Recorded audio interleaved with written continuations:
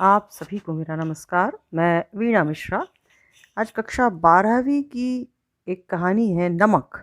हम नमक के प्रश्नोत्तर के साथ यहाँ प्रस्तुत है। यह कहानी द्वितीय सत्र के पाठ्यक्रम के अंतर्गत शामिल है और भारत विभाजन की एक त्रासदी को दर्शाती हुई ये बहुत ही मार्मिक कहानी है। तो आइए इसके प्रश्नोत्तर की तरफ चलते हैं। पाठ्य पुस्तक में पाठ के साथ शीर्षक के अंतर्गत पहला प्रश्न है, सफ़िया के भाई ने नमक की पुड़िया ले जाने से क्यों मना कर दिया। जब सफ़िया पाकिस्तान जाती है, लाहौर जाती है, तो वहाँ से वह सिख बीबी के लिए नमक लाना चाहती है, किंतु उसका भाई उसे मना कर देता है। तो मना करने के कारण क्या है? तो सफ़िया का भाई नमक की पुड़िया ले जाने से मना कर देता है क्योंकि पहला कारण, पाकिस्तान से भारत को नमक का निर्यात करना प्रतिबंधित था। यह गैर कानूनी माना जाता था। दूसरा कारण, यदि कस्टम अधिकारियों को नमक की पुड़िया मिल जाती तो बाकी सामान की भी चिंधी चिंधी कर देते और इससे सफ़िया की बदनामी भी होती। तीसरा कारण, कि जब विभाजन हुआ था तो भारत में पर्याप्त मात्रा में नमक आया था, तो वहाँ से नमक लाने की कोई ज़रूरत नहीं थी। ये भाई के द्वारा दिए गए कारण हैं। प्रश्न दूसरा है, नमक की पुड़िया ले जाने के संबंध में सफ़िया के मन में क्या द्वंद्व था। जब वो नमक की पुड़िया ले जाने की तैयारी करती है तो उसके मन में दो तरह के विचार चलते हैं। तो उसके मन में यह द्वंद्व था कि वह नमक की पुड़िया को चोरी से छुपा कर ले जाए या कस्टम अधिकारियों को दिखा कर ले जाए। ये दो बातें उसके दिमाग में चल रही थी। तो पहले उसने नमक की पुड़िया कीनुओं की टोकरी, कीनू एक फल है जो संतरा और माल्टे से मिलकर बनता है, जो उसके मित्रों ने उसे उपहार के रूप में दिया था, तो उसने कीनुओं की टोकरी में सबसे नीचे रखकर उन्हें कीनियों से ढक दिया। फिर उसने निर्णय लिया कि वह इस प्यार के तोहफे को चोरी से नहीं ले जाएगी, बल्कि कस्टम अधिकारियों को दिखा कर ले जाएगी। तो इस तरह का दो विचारों का द्वंद्व उसके दिमाग में चल रहा था। प्रश्न 3, जब सफ़िया अमृतसर पुल पर चढ़ रही थी तो कस्टम ऑफिसर निचली सीढ़ी के पास सिर झुकाए चुपचाप क्यों खड़े थे। तो जब सफ़िया भारत पहुंच जाती है, वह भारत के कस्टम ऑफिसर से मिल लेती है और उसके बाद जब जाने लगती है तो कस्टम ऑफिसर चुपचाप निचली सीढ़ी के पास सिर झुकाए खड़े थे। क्यों? तो इसका कारण था कि सिख बीबी का प्रसंग छिड़ने के बाद उन्हें भी अपने वतन की याद आ रही थी। वह सिख बीबी व सफ़िया की भावना से प्रभावित हो गए थे और उन्हें भी अपने वतन की चीज़ें याद आने लगी थी। राजनीतिक उद्देश्यों ने लोगों को अपनी जन्मभूमि से अलग अवश्य कर दिया है, किंतु हृदय से वे अब भी अपने जन्म स्थान से जुड़े हुए थे। तो ये कारण है। प्रश्न 4, लाहौर अभी तक उनका वतन है और दिल्ली मेरा या मेरा वतन ढाका है। ये जो तिरछे अक्षर लिखे हुए हैं, ये जो 3 सेंटेंस है, तो ऐसे उद्गार किस सामाजिक यथार्थ का संकेत करते हैं। तो उत्तर है, यह कथन उस सामाजिक यथार्थ की ओर संकेत करते हैं कि राजनीतिक तौर पर लोग भले ही दूसरी जगह विस्थापित हो जाते हैं, परंतु उनका भावनात्मक लगाव अपनी मातृभूमि से ही रहता है।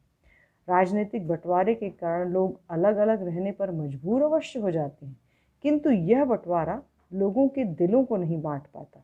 उनका प्रेम अंतिम समय तक अपनी जन्मभूमि से रहता है। तो लाहौर अभी तक उनका वतन है और दिल्ली मेरा या पाकिस्तान का कस्टम अधिकारी कहता है, और मेरा वतन ढाका है, ये हिंदुस्तान के कस्टम ऑफिसर द्वारा कहे गए कथन है। तो इन बातों से यही उजागर होता है। अब चलते हैं प्रश्न 5, नमक ले जाने के बारे में सफ़िया के मन में उठे द्वंद्वों के आधार पर उनकी चारित्रिक विशेषताओं को स्पष्ट करें। जब उसके मन में द्वंद्व उठता है कि वो क्या चोरी से ले जाए या दिखाकर ले जाए, तो इस आधार पर सफ़िया की चरित्र की कौन सी विशेषताएं उजागर होती हैं। तो उत्तर है, इसमें जो पहली विशेषता उजागर होती है वो है उनकी भावुकता। सफ़िया सिख बीवी की भावनाओं की कद्र करती है। नमक ले जाना गैर कानूनी होते हुए भी वे सिख बीवी के लिए लाहौरी नमक ले जाना चाहती हैं। इसीलिए उनके मन में ये वैचारिक द्वंद्व चलता रहता है। दूसरा, नैतिकता। सफिया में इतना नैतिक मूल्य है कि वह प्रेम से दिए जाने वाले इस तोहफे को चोरी से नहीं ले जाना चाहती।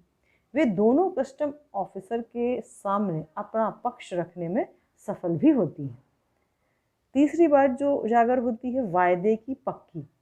नमक ले जाना गैरकानूनी है, यह सोचकर एक घड़ी के लिए वे नमक न ले जाने की बात भी सोचती हैं, किंतु फिर सिख बीबी से किया हुआ वायदा उन्हें याद आता है और वे सच्ची सैयद होने के नाते अपना वादा निभाना चाहती हैं। तो ये 3 किस्म की चारित्रिक विशेषताएं हैं जो स्पष्ट होती हैं।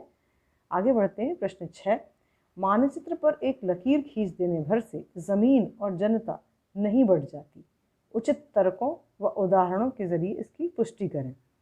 तो मानचित्र पर एक लकीर खींच देने भर से जमीन और जनता बट नहीं जाती, यह कथन पूरी तरह से सत्य है।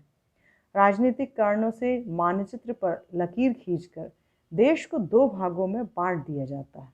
इससे जमीन व जनता को अलग अलग देश का दर्जा तो मिल जाता है, किंतु जनता की भावनाएं नहीं बट पाती। उनके मन में जन्मभूमि से जुड़ी यादें हमेशा बसी रहती हैं, जो मौका मिलने पर उभर आती हैं। किंतु इस कहानी में सिख बीबी लाहौर को नहीं भूल पाती हैं और नमक जैसी साधारण चीज़ की सौगात मंगवाती हैं। कस्टम अधिकारी बंटवारे के कारण दूसरे देश में नौकरी जरूर कर रहे हैं, परंतु अपना वतन जन्म स्थान को ही मानते हैं। तो ये कुछ उदाहरण हैं जिनके ज़रिए हम देख सकते हैं कि भले ही बंटवारा हो गया हो, किंतु लोगों के दिलों में बंटवारा नहीं हो पाता है। प्रश्न 7, नमक कहानी में भारत व पाक की जनता के आरोपित भेदभावों के बीच मोहब्बत का नमकीन स्वाद घुला हुआ है, कैसे? अर्थात हम भेदभाव मानते ज़रूर हैं, किंतु उसके बावजूद भी मोहब्बत है, ये स्पष्ट करना है। तो नमक कहानी में भारत व पाक की जनता के आरोपित भेदभाव के बीच मोहब्बत का नमकीन स्वाद घुला है, जो प्रेम, लगाव और स्नेह का स्वाद है। इसमें अपनापन है। जैसे पहला उदाहरण इसका है कि लेखिका जब लाहौर जाती हैं तो उसे अपने भाइयों व परिचितों का अनंत स्नेह मिलता है। दूसरा, सिख बीवी भारत में रहती है पर उन्हें लाहौर से बहुत लगाव है। तीसरा, कस्टम अधिकारी दूसरे देश में नौकरी जरूर कर रहे हैं, सेवा दे रहे हैं, परंतु दिल्ली व ढाका से उनका जुड़ाव बना हुआ है। ये सारे उदाहरण हैं जो दोनों देश की जनता के बीच के प्रेम को दर्शाते हैं। अब क्यों कहा गया के अंतर्गत कुछ वाक्य दिए गए हैं और हमें इनका कारण बताना है कि ये वाक्य क्यों कहे गए हैं। पहला वाक्य है, क्या सब कानून हुकूमत के ही होते हैं? कुछ मोहब्बत, मुरव्वत, आदमियत, इंसानियत के नहीं होते? तो यह कथन सफ़िया ने कहा था। सफ़िया का भाई पुलिस अफसर है। जब सफ़िया ने लाहौर का नमक भारत ले जाने की बात अपने भाई को बताई तो उसने बताया कि पाकिस्तान और भारत के बीच नमक का व्यापार प्रतिबंधित और गैरकानूनी है। तब लेखिका ने यह तर्क दिया था कि क्या सब कानून हुकूमत के ही होते हैं? कुछ मोहब्बत, मुरव्वत, आदमियत, इंसानियत के नहीं होते? दूसरा कथन है, भावना के स्थान पर बुद्धि धीरे धीरे उस पर हावी हो रही थी। यह कथन भी सफ़िया के लिए ही कहा गया है। सफ़िया के भाई ने कानूनी पक्ष बताकर नमक की पुड़िया को ले जाने के लिए मना कर दिया था। उस समय जब भाई पर वह क्रोधित हुई थी और इंसानियत, प्रेम आदि की दुहाई दी थी, पर जब गुस्सा उतर गया तो उसने पुड़िया ले जाने के तरीके के बारे में सोचना शुरू किया। अर्थात यहाँ पे भावना के स्थान पर उनकी बुद्धि हावी होने लगी। उन्होंने अनेक विकल्प सोचे, परंतु हर बार कानून का डर सामने आया। अंत में उसने इसे टोकरी में कीनुओं के नीचे छिपा कर ले जाने का निर्णय किया। तो यहाँ भावना के स्थान पर उनकी बुद्धि हावी हो रही है। अगले प्रश्न की ओर बढ़ते हैं। या अगला कथन है, मोहब्बत तो कस्टम से इस तरह गुजर जाती है कि कानून हैरान रह जाता है। यह कस्टम अधिकारी द्वारा कहा गया कथन है। तो पाकिस्तानी कस्टम अधिकारी जब सफ़िया की कहानी सुनते हैं तो वो सफ़िया से कहते हैं कि मोहब्बत के सामने कस्टम वाले भी लाचार हैं। उनके सम्मुख कानून भी निष्प्रभावी हो जाता है। मोहब्बत कानून को धता बताकर आगे निकल जाती है। वे स्वयं नमक की पुड़िया को लेखिका के बैग में रखते हुए यह वाक्य कहते हैं। चौथा वाक्य है, हमारी ज़मीन हमारे पानी का मज़ा ही कुछ और है। तो यह भारत के कस्टम ऑफिसर द्वारा कहा गया कथन है जब वो अपने देश या अपने वतन ढाका को याद करते हैं। भारतीय कस्टम अधिकारी सुनील दास गुप्त ढाका को अपना वतन मानते हैं। लेखिका की पूरी बात सुनकर उन्हें अपनी ज़मीन, वहाँ के डाब आदि की याद आती है। वे भावुक उठते हैं और यह बात कहने लगते हैं। अगला जो प्रश्न है वो समझाइए तो ज़रा के अंतर्गत आता है। तो पहला सेंटेंस है, फिर पलकों से कुछ सितारे टूटकर दूधिया आंचल में समा जाते हैं। तो यह जो कथन है यह सिख बीबी के लिए कहा गया है जो दुधिया अर्थात सफ़ेद रंग का आंचल ओढ़े हुई है, और जब वो लाहौर की याद करती हैं तो उनकी आंखों से कुछ आंसू टपक कर उनके आंचल में समा जाते हैं। तो इसका आशय या समझाने का तरीका कुछ इस तरह से होगा कि सत्य से बात करते हुए सिख बीबी को लाहौर की याद आ जाती है। सत्य ये गलत छप गया है, सफ़िया है। सफ़िया से बात करते हुए सिख बीबी को लाहौर की बात याद आ जाती है। वह लेखिका को वहाँ के जीवन, दिनचर्या आदि के बारे में बताती हुई यादों में खो जाती है। भावुकता के कारण उनकी आंखों से आंसू निकलकर उनके सफ़ेद मलमल के दुपट्टे पर टपक जाते हैं। इसी के अंतर्गत अगला जो वाक्य है, किसका वतन कहाँ है, वह जो कस्टम के इस तरफ है या उस तरफ। यह पाठ की अंतिम पंक्ति है। भारत लौटते समय सफ़िया अमृतसर के स्टेशन के पुल पर चढ़ती हुई यह बात सोच रही है। सिख बीवी लाहौर को अपना वतन बताती हैं, पाक कस्टम अधिकारी दिल्ली को तथा भारतीय कस्टम अफसर ढाका को अपना वतन बताता है, जबकि ये तीनों ही अलग अलग देशों में रहते हैं। इनका मन अपनी जन्मभूमि में है तथा इनका कार्यक्षेत्र व निवास अलग क्षेत्र में है। तो इसीलिए सफ़िया सोचती है कि किसका वतन कहाँ है। अब पाठ के आसपास के अंतर्गत का पहला प्रश्न है, नमक कहानी में हिंदुस्तान पाकिस्तान में रहने वाले लोगों की भावनाओं, संवेदनाओं को उभारा गया है। वर्तमान संदर्भ में इन संवेदनाओं की स्थिति को तर्क सहित स्पष्ट कीजिए। तो नमक कहानी हिंदुस्तान पाकिस्तान में रहने वाले लोगों की भावनाओं, संवेदनाओं को उभारा गया है, किंतु आज के संदर्भ में स्थिति बदल गई है, क्योंकि विभाजन के समय की पीढ़ी आज लगभग समाप्त हो चुकी है। अर्थात उस समय जो लोग विभाजन के कारण दूसरे देशों में चले गए थे वो आज लगभग समाप्त होने लगे हैं। अब उनका स्थान उस पीढ़ी ने ले लिया है जो इसी देश में जन्मी, पली व बड़ी हुई है। उनका अपने पिता या दादा के जन्म स्थान से लगाव नहीं के बराबर है। उनके ज़हन में विभाजन की कड़वी यादें भी नहीं हैं। अतः अब दोनों देशों के लोगों के बीच भावनात्मक लगाव पहले की तुलना में काफ़ी घट गया है। इसके बावजूद सांस्कृतिक स्तर पर दोनों देशों की एकता को बनाने के लिए प्रयास किए जाते हैं। अर्थात अब वो पीढ़ी नहीं रही जो विभाजन के समय थी, वह पीढ़ी रही थी तो वो अपने देशों को याद करती थी, किंतु अब जो नई पीढ़ी है वो इसी देश में पैदा हुई है। अगला प्रश्न है, सफ़िया की मनः स्थिति को कहानी में एक विशिष्ट संदर्भ में अलग तरह से स्पष्ट किया गया है। अगर आप सफ़िया की जगह होते या होती तो क्या आपकी मनः स्थिति भी वैसी ही होती? स्पष्ट कीजिए। तो यदि मैं सफ़िया की जगह होता या होती तो मेरी मनः स्थिति भी सफ़िया की तरह ही होती। अर्थात मैं भी द्वंद्व से गुजर रही होती। सफ़िया लेखिका है, अतः उन्होंने अपनी भावनाओं को साहित्यिक रूप से व्यक्त कर दिया है, परंतु मैं अपनी बातों को सीधे तौर पर जता देती।